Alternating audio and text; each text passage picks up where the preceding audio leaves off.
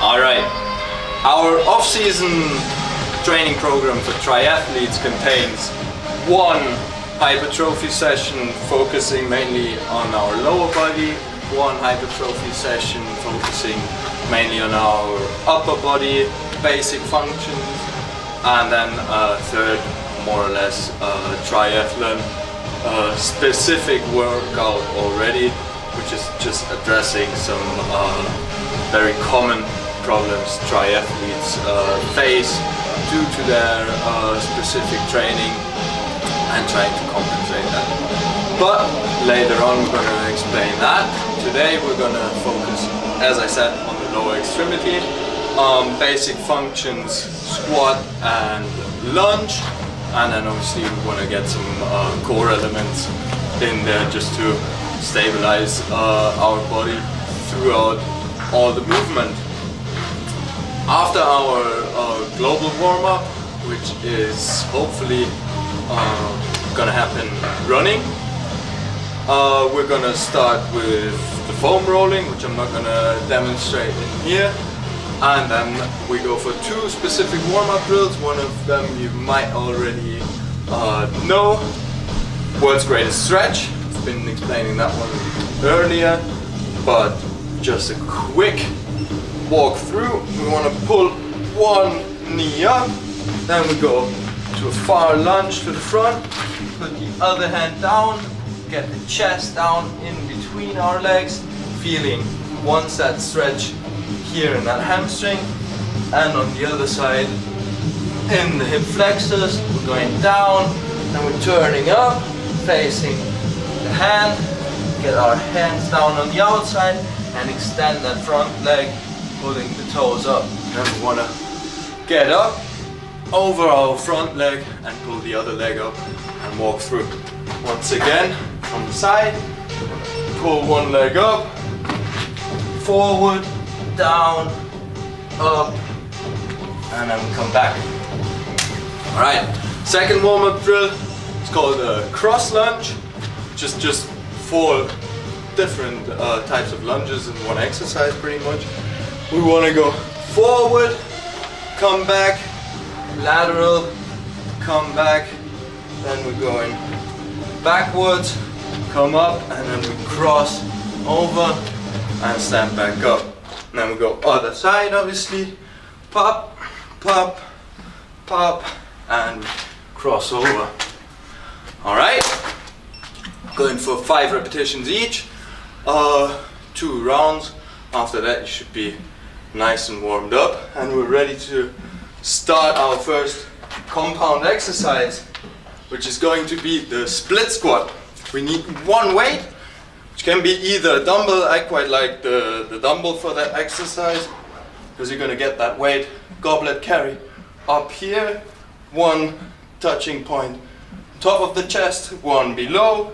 You hold the dumbbell like a goblet, and you go into a split stance, squat down, come back up, squat down, come back up. Trying to keep your knee where it is, not making it drop to the inside, and just drop and come up, not lunging forward and backwards. We just want to go down and come back up. Alright. Second movement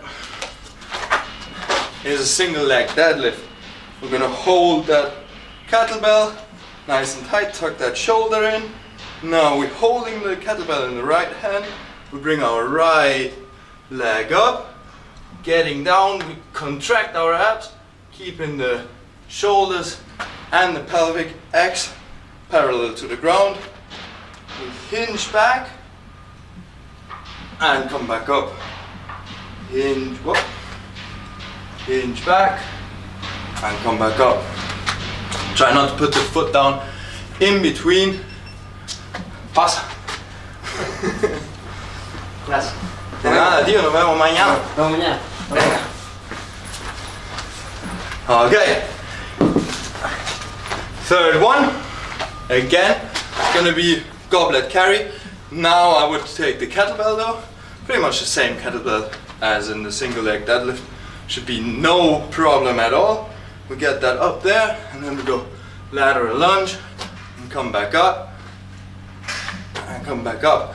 What we're trying to do here are basically two common mistakes are about to happen.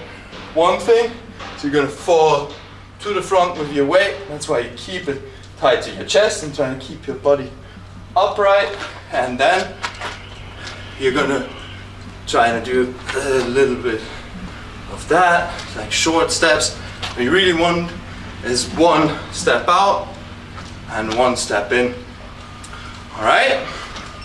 After that, we are going to go into an anti-rotational exercise, which we are already going to perform unilaterally, which isn't the first step. If you haven't done anti-rotational exercises yet, you might as well start with the basic form of it, which is with both feet on the ground, and then just pushing your hands to the front, getting them back in. That's like the Palov press, the first and most basic one. What we are trying to do is we get one leg up in that hip lock, and then we do the same exercise. We come to the front and go back in, making sure our T-spine doesn't rotate to the side where the band or the cord, whatever we're going to take, is going to take us. So we want to keep our hips and our shoulders well aligned, and then obviously through stabilizing with our glute and our oblique system, we're going to make sure we stay nice and taut, upright. You can do that towards the open side or towards the closed side. Kind of do like doing the both things combined. So you go 10 open side, 10 closed side, then you change the side and do the same thing over again. After that, we only got 2 exercises left, which we're going to combine as well.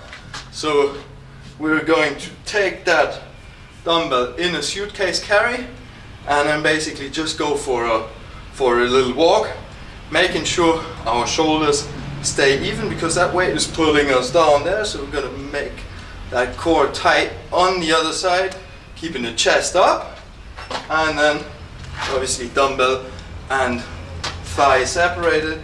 We're just walking forward, trying to walk in a straight line and keeping the core tight.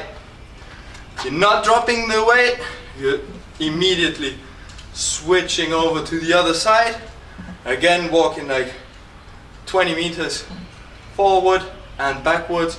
And after that, what we're gonna do is still not drop the weight, but go for a step up. Ideally, not on a bench, because people don't like to see that in the gym. But we want to step up here, pull one leg up, come back down. From the other side, again making sure that the knee stays on the outside. We don't want to step up like that. We want to keep our knee above our ankle, step up, pull one leg up, and come back down. More controlled than I did. Alright, of all that circuit, we're going to perform 3 rounds. As I said, like 10 to 15 repetitions. You might as well vary a little bit. I start with more repetitions and less weight. I used quite a lot of weight, to be honest, because I didn't find a lighter dumbbell. And then that should be it for the first day.